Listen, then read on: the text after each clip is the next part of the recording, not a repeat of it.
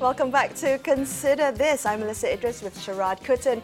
Now, yesterday, the Cabinet unanimously agreed to allow motorcycle e-hailing services here in Malaysia. And this is after Youth and Sports Minister Syed Saddiq arranged a meeting between Gojek founder Nadiem Makarim with the Prime Minister and the Transport Minister Anthony Loke. Now, it was later clarified that the move was not merely to bring in Gojek, but also other e-hailing companies, including local startup Dego Ride. Joining us right now on the show is Afzan Lutfi, the co-founder of Dego Ride. Welcome to the show, Afzan. I'd like to begin with your thoughts on what did you make of these recent turn of events? I think definitely something very exciting for the country and also for the local tech ecosystem as well. This is something that we obviously tried to do back in 2017.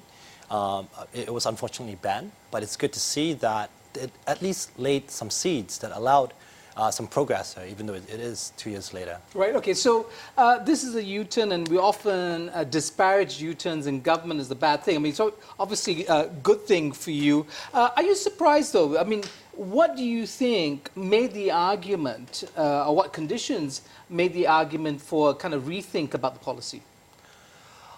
I mean, it's hard for me to say because I'm not there on that side, but being having been an entrepreneur and still being involved in the tech industry, I think it's great. It's always a lot more helpful, a lot more helpful for ecosystems, for players in an ecosystem, when there is support from government in terms of whatever initiatives or innovations that we want to try to roll out here locally. Were you disappointed that Syed Saddiq didn't reach out to you and he reached out across the straits to Java for this initiative? Dego. I mean, why didn't he reach out to you? I mean, obviously, yes, it is.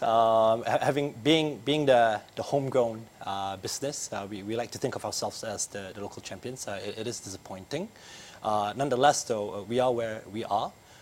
So I really see it as a positive that this has been pushed through, and it creates an opportunity not just for Dego Ride, but for other players to also be able to operate in this space.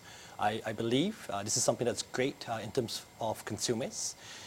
We are giving them an additional option for transportation, and this is also great for the local community of riders who want to be able to do jobs and improve their livelihoods and welfare as well. Okay, so you mentioned just now, Afzan, that you've been in operation for a couple of years, right? Can you clarify what happened back in 2017? So what happened previously when the Transport Ministry ruled to ban Dego based on safety concerns? Yeah.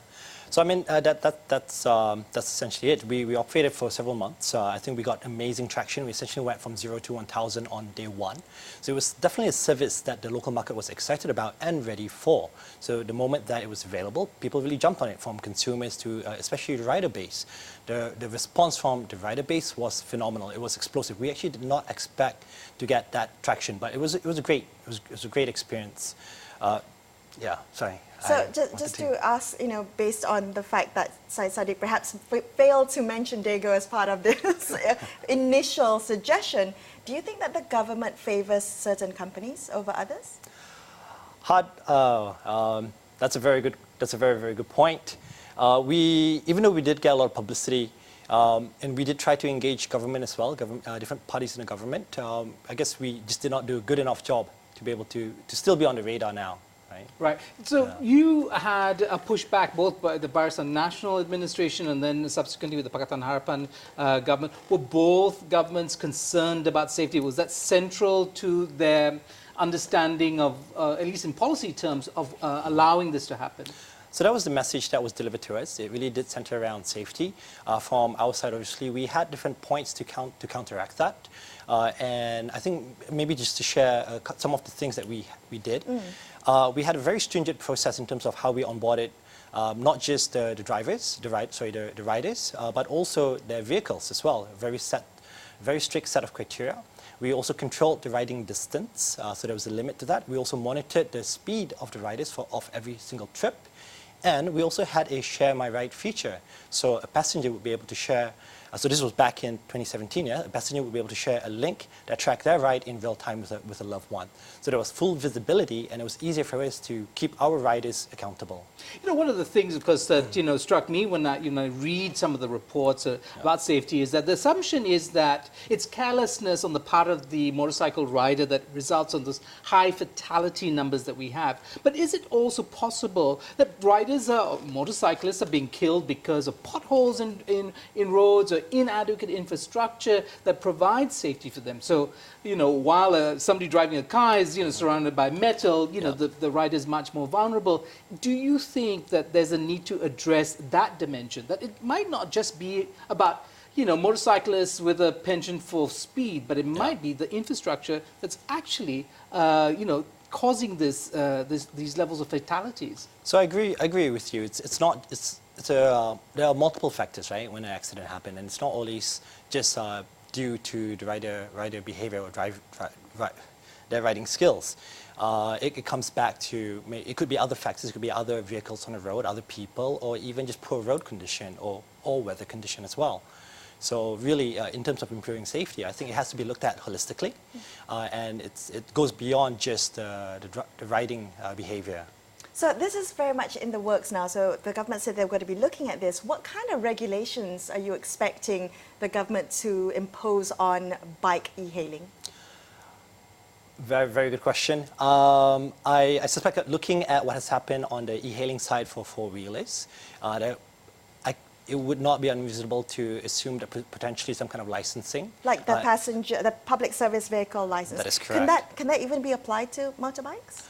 I think if there is a will, there is a way. Okay. It can be done. I think regulation can also be good if it is applied in a way that makes sense and does not disrupt, I guess, entrepreneurship or commerce, right? But enable it instead. Right, okay. This is the other thing, of course, which is that consumers, and you said there was a huge, uptake with the app when it came out. Yeah. A lot of people are saying, why would people want to ride on a bike rather than in a car? And in fact, the Prime Minister kind of weighed in on this, said, well, not forcing you to take a motorbike if but it's a choice. It's just kind of extending the options for consumers. What do you think are the main sort of challenges in communicating this as a serious option, especially when you put weather into the picture? So I love that question, and I think it's important to look at the population holistically, right? So there are different segments of the population earning different income levels. So maybe a segment might not be comfortable in terms of bike riding, and they can afford to take different means of transport. But there is also a segment that in terms of the price point or whatever they're earning, being able to ride on a motorbike, which was actually a lot cheaper, it made sense for them. So it resonated for them very well. Right. How much cheaper are we talking about? The lowest, maybe a car ride might be about 5 or 6 ringgit. Yeah. I mean, so that would be a short distance. But what kind of we price talking about differential? Yeah. What would it be, like 1/5 the price? Or? So the rides were essentially at 2 ringgit 50 cents. So you can It started at 250. It was, so originally we capped it at 250, and then because there was a lot of demand to increase the riding distance, we did increase that, and it was a dynamic rate depending on the distance. Okay. Well, one of the, I guess, reasons for the proposal to have bike e-hailing services here in Malaysia was the job opportunity, right? The job creation and the ability for the gig economy. So when you talk about 250, this is for the passengers. What about the riders? What kind of income are they looking at making? So the rides were very short in terms of the riding distance. So you'll be able to batch rides consecutively. Because I worked a lot with the riders themselves, I onboarded them. I also had a lot of sessions in terms of getting feedback, trying to understand how can we improve the service, how can we improve the tech as well. And a lot of them were very happy to do it part-time. They would come in during peak hours. And essentially, whatever rides that they were able to batch just after their shift at work, they were very happy that it was able to supplement whatever income that they have already made through their day jobs. So when you first started back in 2017, so you had this, it's essentially a tech startup, right? You had technology to support this, but technology moves very quickly. So 2 years down the road, what advances in technology are you applying to this company now?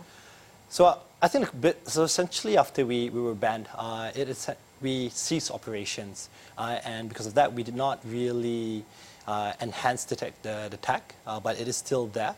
We have looked at what other players have done, and I think we can always try to improve the technology along the way as well. Right. Let's look at the possibility of Gojek coming in. Do you think just because of their kind of heft, because they're kind of leaders in the market from where they come from, that they will completely wipe out any local players? I mean, and if that's an unlikely scenario, would you like to see this government, apply the same kind of nationalistic approach they have in other kinds of industries and protect local players? I think it's good to. So that's a very good question. I think it's good to open up to competition, and what that does is that it forces the existing players to really innovate and to be at the top of their game. The worst thing that can happen is where we have a situation where it's a monopoly and people get complacent, and that's actually bad for consumers. But when there is competition and it's a high level of it, I think at the end of the day, the consumers will win. Right? The consumers and also the people that are working in the gig economy. So you're actually not looking for protection. That's interesting. Is that a kind of philosophical commitment you have? Why are you not, flying the patriotic flag and demanding protection, as so many Malaysian industries want? I believe we have awesome talent here in Malaysia, and we can go head to head against the best in the world. All right, there you go.